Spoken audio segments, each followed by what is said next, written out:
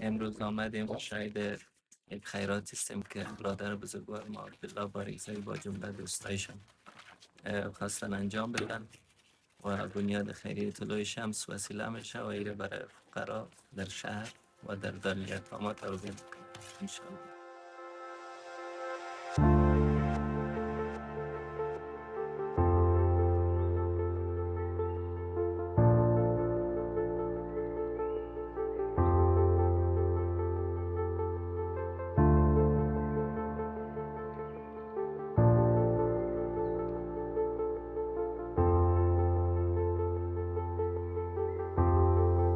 سلام علیکم. ما تشکری میکنیم از حاجی عبدالله باریکزی که از این پروگرام بسیار خوبش خداوند اجرش بخشید.